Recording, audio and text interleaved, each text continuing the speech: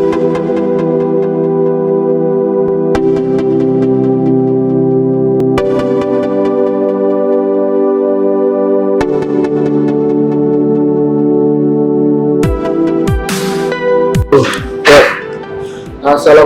warahmatullahi wabarakatuh. Salam sejahtera untuk kita semua.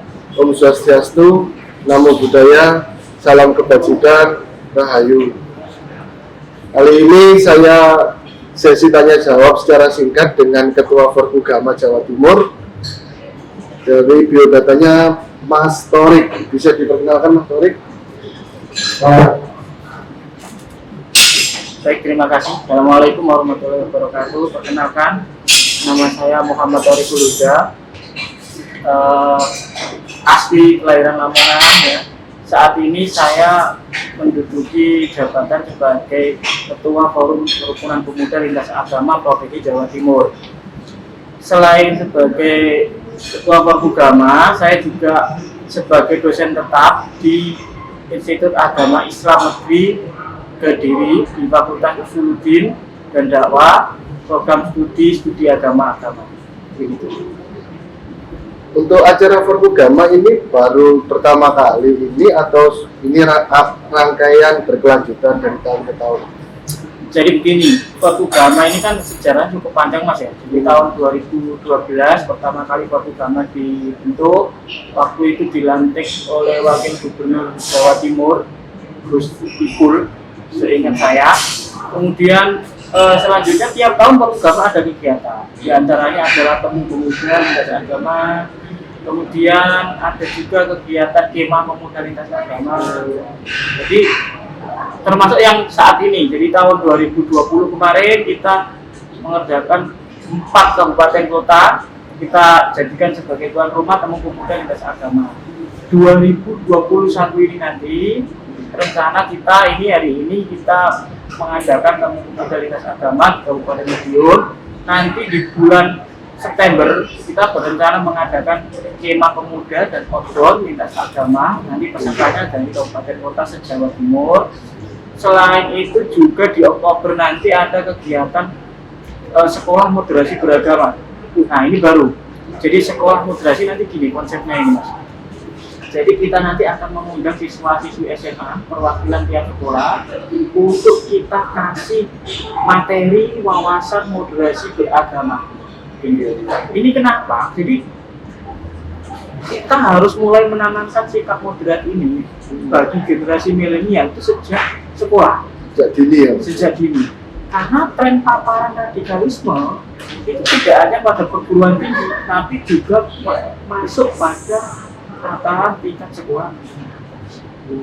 Makanya kita harus bekali calon-calon generasi masa depan bangsa ini dengan wawasan moderat.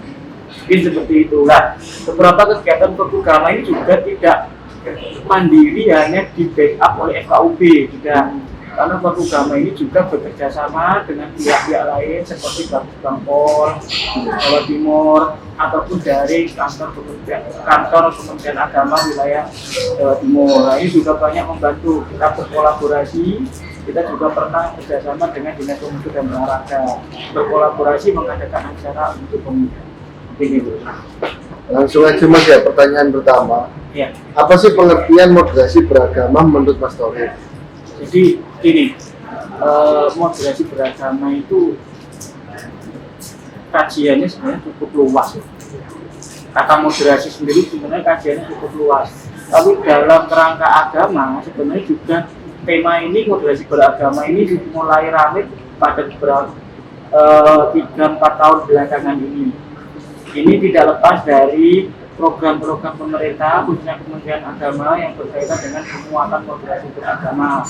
Dan saya melihat bahwa kajian-kajian moderasi beragama yang banyak dilakukan baik oleh akademisi ataupun oleh praktisi peneliti dan lain sebagainya, ini mengerucut pada pemahaman bahwa moderasi ini merupakan sikap tenang. Jadi bagaimana kita menyeimbangkan cara kita beragama. Jadi supaya kita tidak terlalu radikal, juga tidak pula terlalu liberal. Nah ini jadi posisi kita beragama yang harus kita seimbangkan. Kita berada di tengah-tengah. Kalau dalam konsep Islam itu ada tawassul. Kita seimbangkan, kita berada di tengah.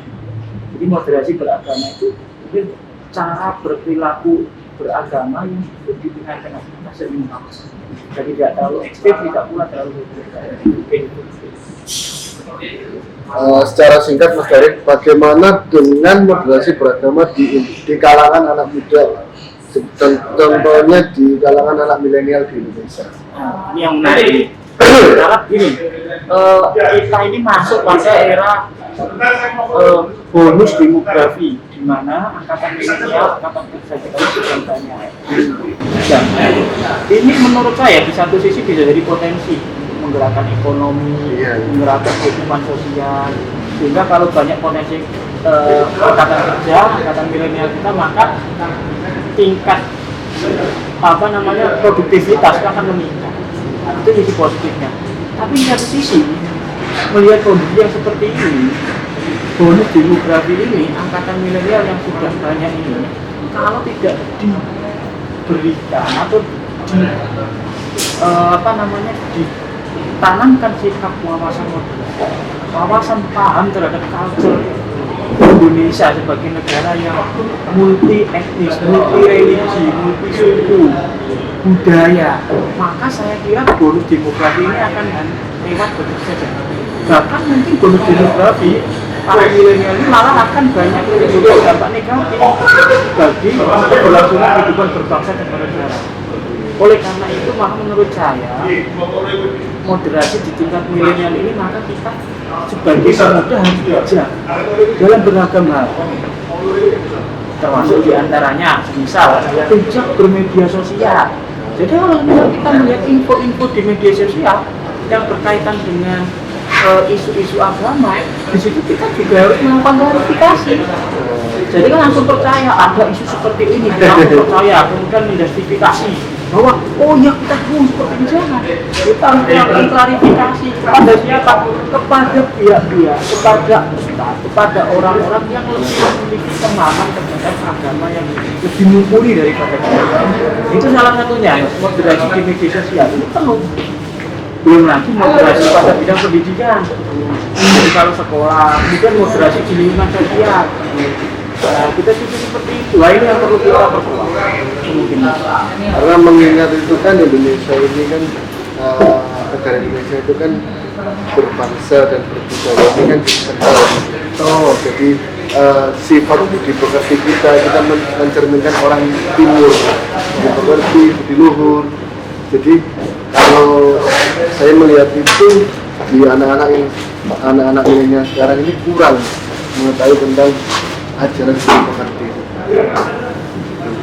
Langsung aja pertanyaan yang ketiga, banyak faktor yang mempengaruhi generasi muda atau milenial yang terpapar radikalisme melalui dunia maya, maraknya sosial media yang mudah diakses oleh generasi milenial seperti Instagram, Facebook, dan lain-lain. Menurut Mas Darik, apa saja langkah yang tepat untuk memberikan dasar pemahaman bagi generasi milenial untuk bersikap moderat dalam beragama? Media sosial ini generasi sekarang ini tidak bisa lepas dari media sosial ini. Suatu hal yang tidak bisa kita hindari. Di satu sisi media sosial ini menguntungkan. Kenapa? Karena kita akan begitu cepat mendapatkan informasi dari berbagai belahan dunia. Jadi kita begitu. Tapi di satu sisi media sosial ini kadang bisa jadi ancaman. Manakala penggunanya, terutama generasi milenial ini, tidak bijak dalam bermedsos itu sendiri. Contohnya seperti apa? Asal share saja. Biasanya ini. Jadi di Facebook ada konten ini, kemudian langsung di-forward, dijadikan satu. Seolah-olah satu ini sudah benar. Nah, itu kalau misal hanya di-forward untuk diri sendiri, tapi di Facebook temannya ada 5.000 semisal, di-forward lagi 5.000 follow, itu di berapa juta orang. Itu kayak jadi toxic gitu. Betul.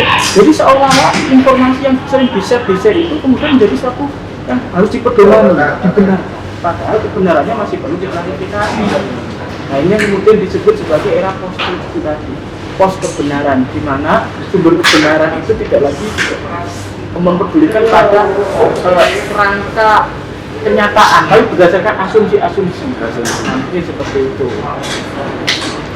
Terus kita kan juga tahu beberapa peristiwa terkait dengan radikalisme yang berangkat dari lingkungan kampus.